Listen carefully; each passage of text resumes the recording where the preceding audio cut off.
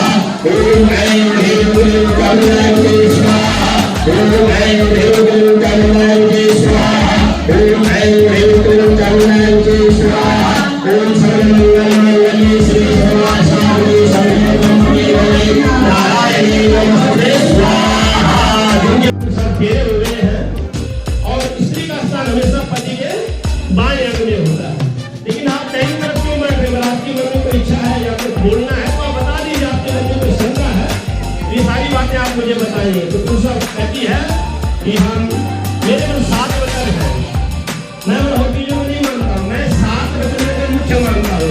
जब तक आप मेरे 7 वचनों को स्वीकार करेंगे तब मैं आपकी बाएं तरफ बैठूंगी। अभी वो लक्ष्मी का स्वरूप दाईं तरफ बैठी हुई है, वो कह रही कि जब आप मेरे 7 वचनों को स्वीकार करेंगे तब मैं आपकी बाएं तरफ बैठूंगी और तब मैं अर्धांगिनी मानी जाऊंगी आपकी। ठीक है कि धन धान्यम च मिष्टान्नं चाहम व्यंजनाद्यम च यद्गृहे।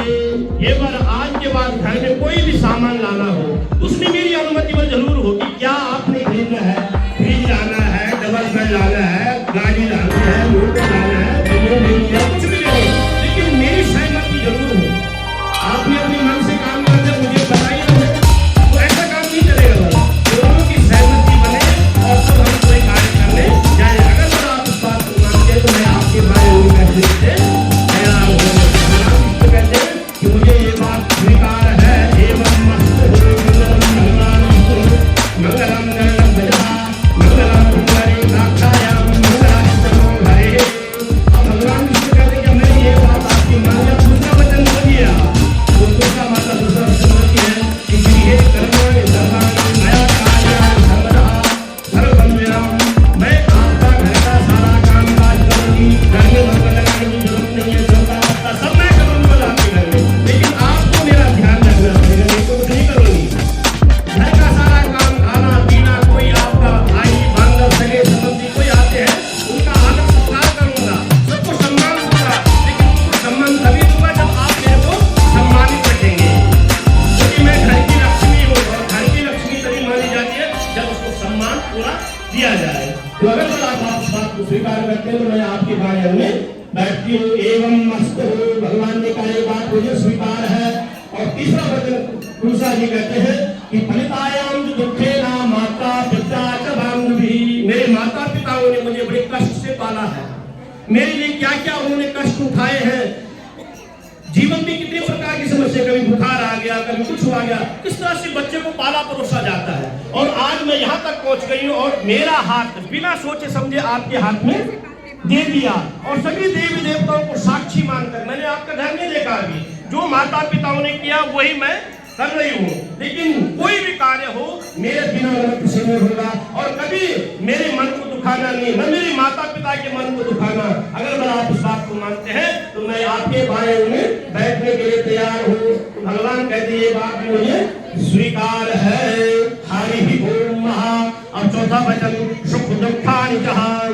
जीवन में सुख दुख कई प्रकार के आते हैं, कभी गरीबी आती है, कभी अमीरी आती है, जीवन में कई प्रकार के संघर्ष आते हैं जीवन में, लेकिन उसमें पर मेरा साथ देना होगा। मैं घर की स्त्री हूँ, लक्ष्मी आपके बिना मैं आधा हूँ। जब मैं आपके बामांग में बैठा हूँ तो अर्धांगिनी का रूप, आधा स्वरूप आपका है, आधा स्वरूप मेरा है। तब बल हमारा बस कुटुंब पलेगा, वंश बढ़ेगा, लेकिन तब बढ़ेगा जब दोनों की सहमति एक होगी। और सुख दुख में एक दूसरे का, जब तुम ठीक रही तब तो कहा कि हाँ जी, और जब दुख हुआ तो हमेशा परेशान करते। ऐसा नहीं है, सुख दुख में मेरे साथ चलना पड़ेगा। तो भगवान कहती है ये बात भी मुझे स्वीकार है। ओम हरि ओम महा। मंगलम भगवान विष्णु मंगलम मंगलम पुंडरीकाक्ष मंगलायस्तनो हरिः हरिः ओम महा। अब पांचवें वचन है ओम हरिः ओम महा। आजकल मेरे माता पिताओं ने जो है गुरु के सामने, सगे संबंधियों के सामने मेरा हाथ आपके हाथ में दे दिया है। और कभी ये मत कहना बल कि तेरे माता पिताओं ने क्या दिया। मैं सारी बात स्वीकार करूंगा, इस बात को कभी स्वीकार नहीं करूंगा। जो कुछ भी आपके मन में है आप इस समय बताइए। सारे हमारे इष्ट मित्रगण सगे संबंधी यहाँ बैठे हुए, अगर आपके मन में शंका है तो आप बताइए, लेकिन मैं कभी इस बात को सुनूंगी नहीं कि तुमने क्या दिया। मुझे पार कर उसको आपको दे दिया, आपके हाथ में पकड़ा दिया, और अब जो है मैं आपके बिना मैं अधूरी हूँ। जब आप मेरा साथ देंगे तो मैं तब पूर्ण रूप से आपका घर का कार्यकाल करूंगी। हरि ओम। भगवान ने कहा ये बता मुझे स्वीकार है एवं मस्तु।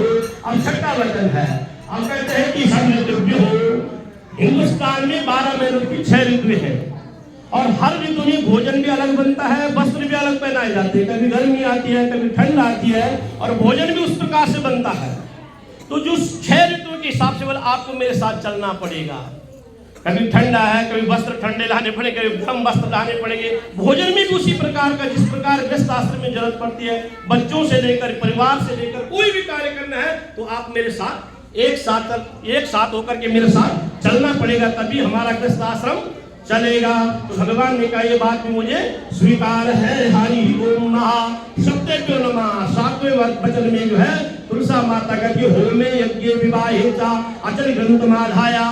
कोई धर्म का कार्य करना उसमें मैं आपके साथ रहूंगी, और पुण्य का भाग लूंगी आपसे, पाप का नहीं लूंगी। और मेरे द्वारा कोई पाप होगा तो उसका भागीदार आपको बनना पड़ेगा। बताओ, ये भी बात कह दी।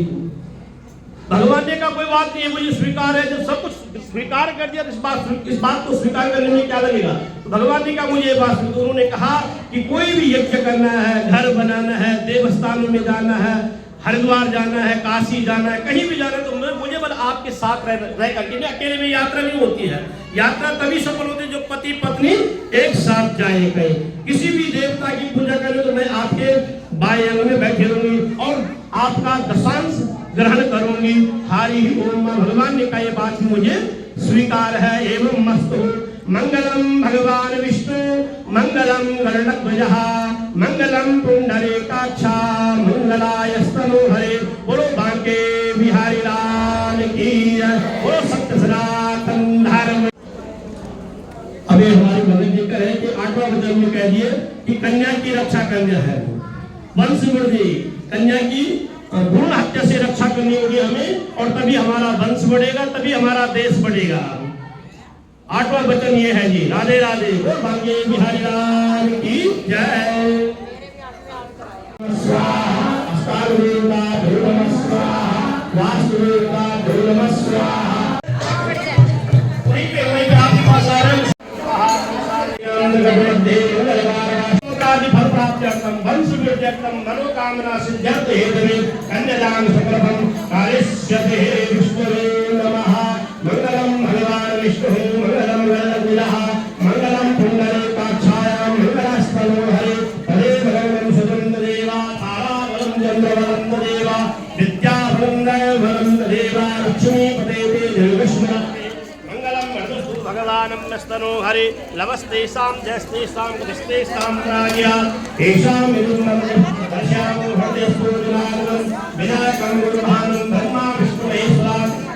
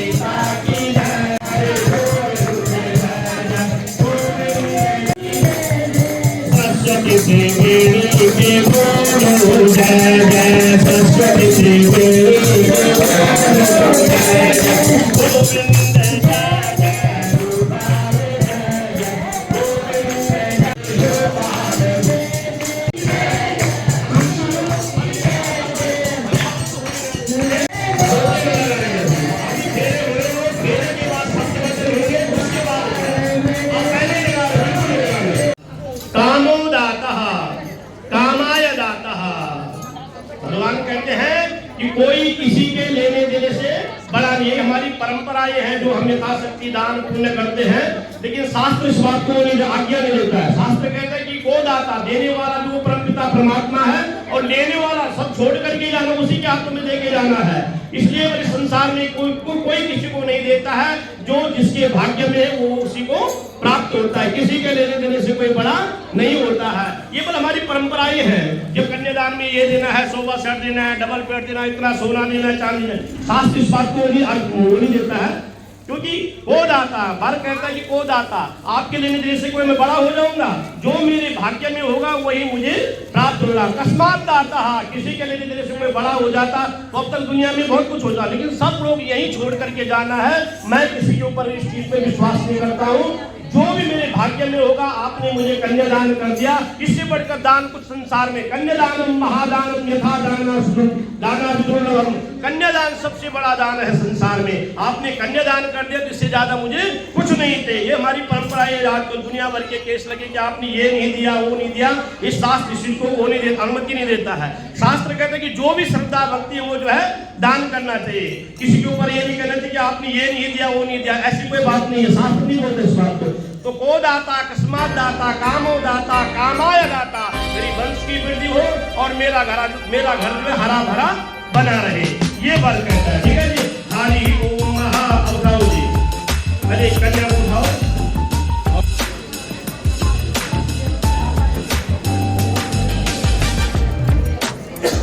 पीछे डाल दीजिए आपने।